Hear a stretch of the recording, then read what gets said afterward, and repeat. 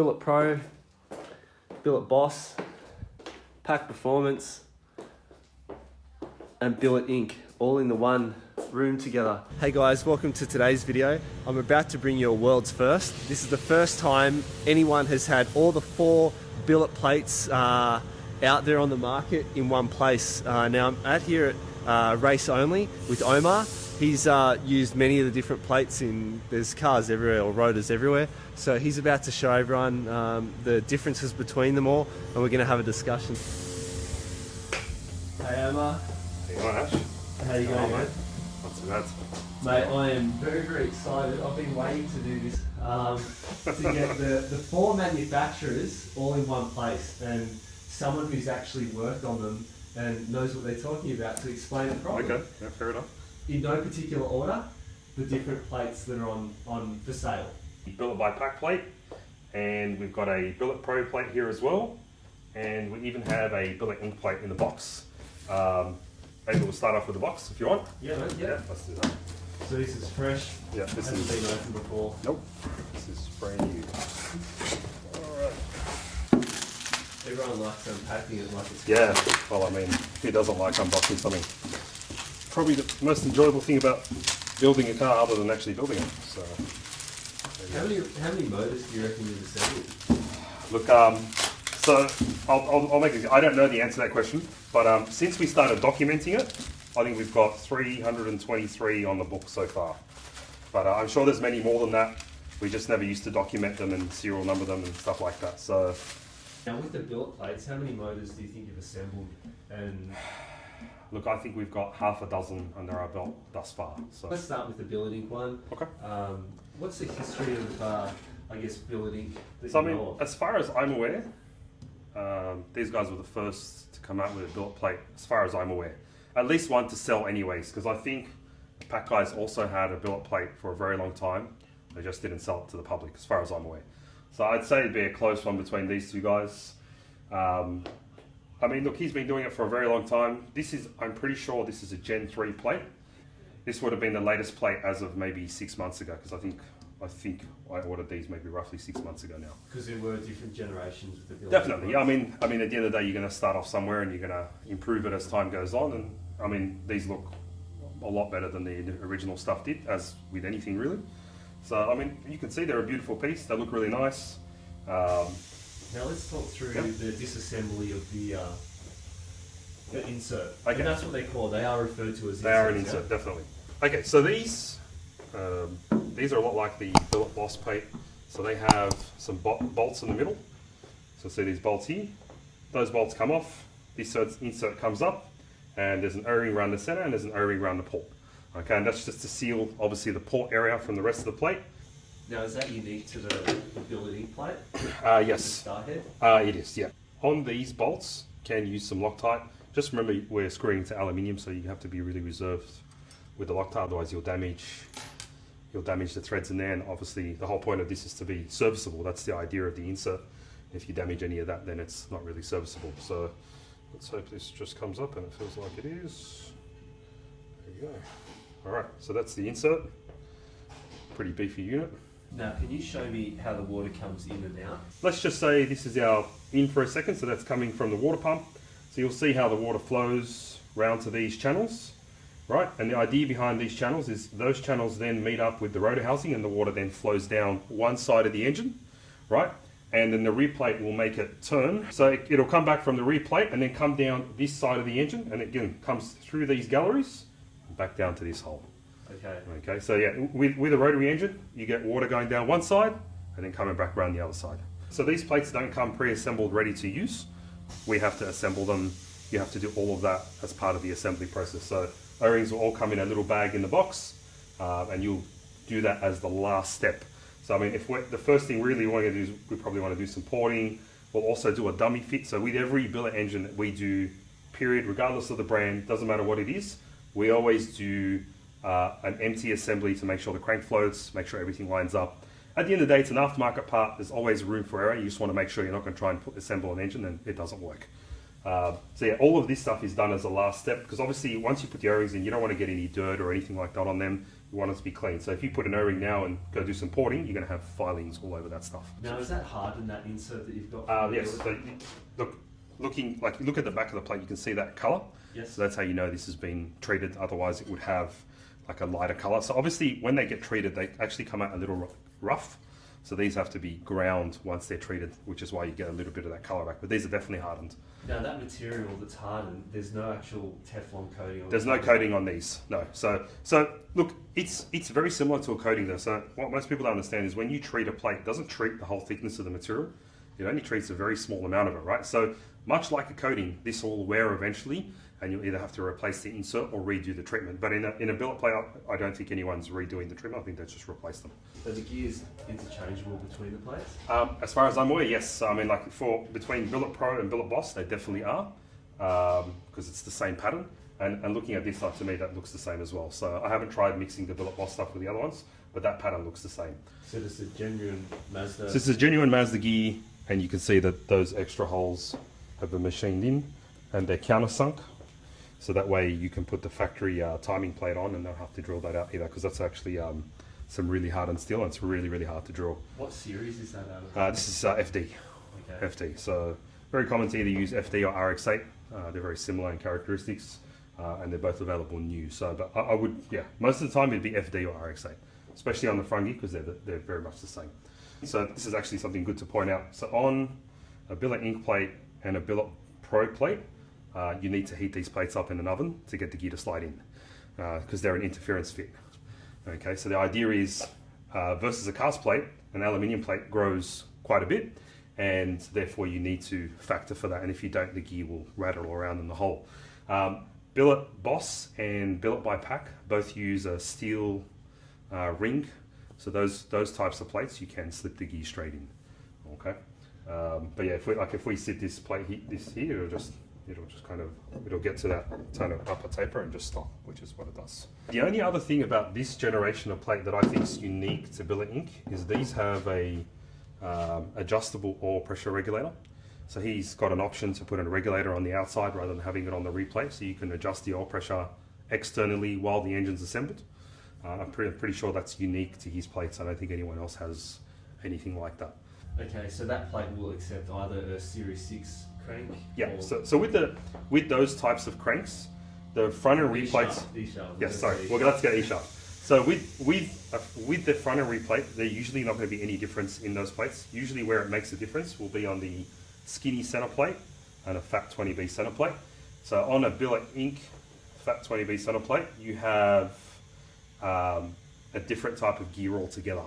So you couldn't use a normal eccentric shaft in his billet center plate. You need to use one of his, because he's got quite a few tricks going on there as well. And I think Billet Pro, they also do a upgraded gear bearing for the thick center plate as well.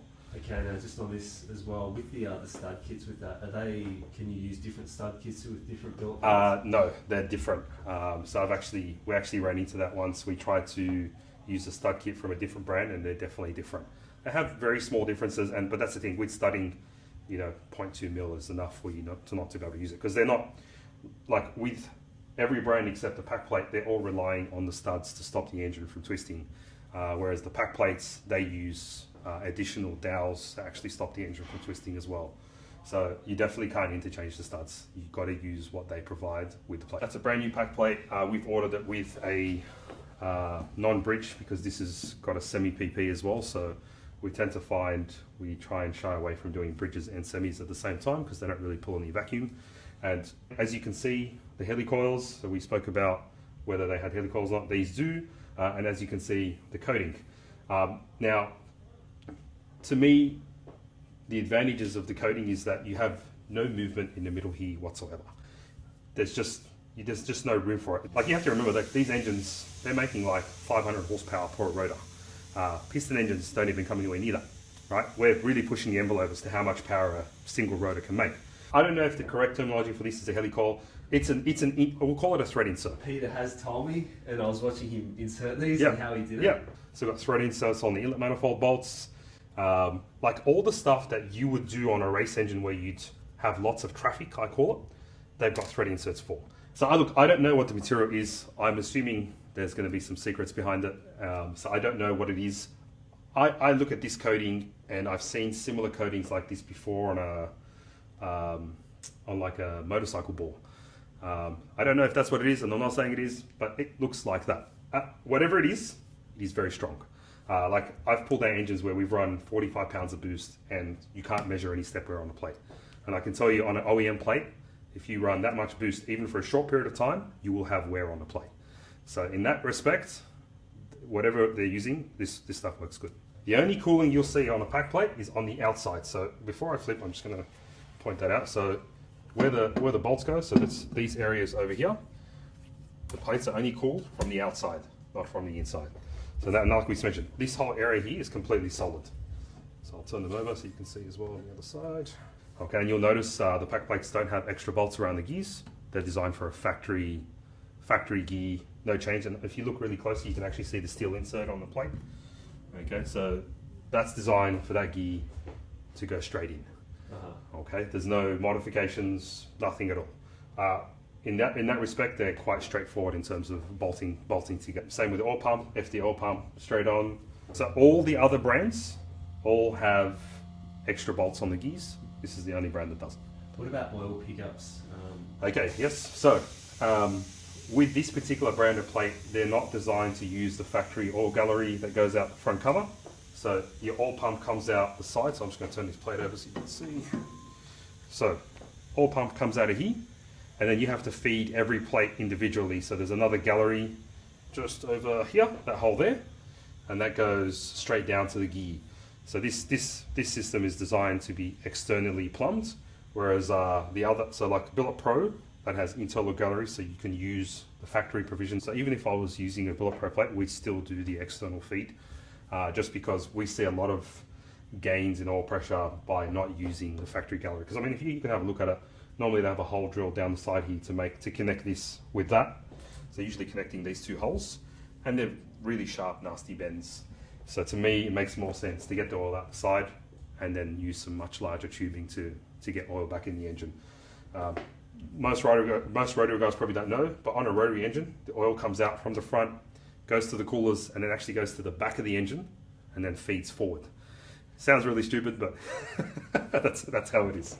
Oil level dipsticks, does that ever come up in discussion at all? It's actually a pain for me, if I have to be completely honest. I feel like everybody does it a little differently, and I kind of wish they just did it like factory. And hopefully they'll watch this video and maybe take on some of that feedback. Because yeah, measuring oil on the billet plates is a pain in the butt. Not gonna lie. Even filling oil on the billet plates is also a pain in the butt. We actually are making a product for these to help fill up oil. So, but we can look at that a little bit later. Like if you're gonna grab an iron dipstick and expect it to work, it doesn't. So we usually stick them out the bottom, and usually most of the time a factory engine will have oil level that's roughly 1 inch over the bottom. So we'll mark the dipstick. So at that's that point. the level that you're doing? Correct. Okay. Now, if you've got a really like generous size oil pan, you can set the oil level at the bottom of the block and mark your dipstick there. I actually prefer it that way. You get a lot less blow by when you get the oil level to sit a bit lower. But again, you don't always have that option in the car because you don't have the room to have a massive oil pan. The factory engine, you always have oil above, which is why it's so important to get that process right, because you always get all these FDs, notorious. If you ever reuse an OEM FD oil pan, you will have an oil leak because they're not designed to be reused. So definitely something to keep in mind. Most people don't know the oil is actually submerged quite a bit in the block. Okay, so Billet Pro. Let's have a sticky beak at it. So you can see these guys have kind of gone above and beyond to make their plate look very pretty. These are very nice. If you ever look at any of the brands, these always tend to kind of stand out to look the prettiest. The guys who have done the machining on this, they did a stellar job. Looks really nice. Again, with billet plates, some of the things you really struggle with is blow by. And it really all comes down to how well the plate returns oil back to the oil pan. So they do a really nice job of that. You'll also notice all the machining down here is really nice as well. So you've got really good optimized flow for water here. Again, same concept, you'll notice water comes in down this side, goes back out the other side. To, I guess, remove and install an insert on one of these, they use a special tool. So in terms of time, I guess it would take about the same sort of time to do the different inserts across the board. Would that be fair? Or? I would say, I'm just saying in terms of a labour and cost.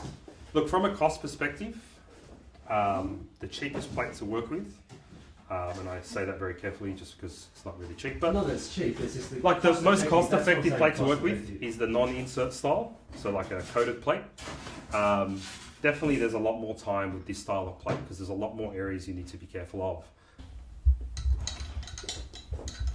And you can see that insert's now sliding down into position. If there was a plate that probably replaced the OEM one, this is pretty close to it. When you buy this plate, it actually comes with OEM threads, but like every engine that we've got in Billet Pro has got a stud kit with it. And is that unique to each plate? And it is unique to them. is. Yeah. Okay. So like for example, we recently tried to go from a Billet Inc set of plates to a Billet Pro plates on the same engine, and we couldn't use anything from the old engine. It was like you could get the studs in there and they look like they fit, but there's a lot of play and stuff like that. And like I said, the studs are there to stop the engine from twisting. So if you've got play in those holes, then they're not doing their job. So that's another thing. These plates are not interchangeable between manufacturers. Definitely not. Definitely not. As far as water pumps concerned, we've never had to do anything special with any of these engines. Like most of the conversions we've done, we've gone from a cast engine to a billet engine and retained everything else. So realistically, I haven't seen any special requirement for water pumps or anything like that on a billet engine. Billet Boss engine, this is actually Fred's engine, so this is for his red FBRX7. We actually got this engine quite a while ago, and we wanted to see what the experience was like. Look, as an overall product, I think they've done a good job with it. I would say over the next few years, we'll see a lot of continued development with all of the brands. We'll see a product that's much closer to being a straight drop-in. You'll have to remember, like most of these guys made plates for race engines. They weren't made for road cars. So we get to miss out on a lot of the creature comforts. But now that so many guys are putting them in road cars, there's that demand there to kind of get everything right. And lots of them have done a lot of work in that area, so it's been good. You've seen it here first on the misfiRE channel with Race Only. That's it. Thank you so much, Easy brother. done, dude. No worries. I tried to keep it on point and on topic in a complete unbiased way, so I'm sure there's questions that I didn't ask. Perhaps if you guys want to know, please post them up in the comments, because I always read all my comments. And yeah, please subscribe and like the video, because yeah, I really love doing this, and I'm off to New Zealand next week to film over there, and then hopefully from there I can go Japan, and then hopefully Orlando. So yeah, I've got big plans for the channel.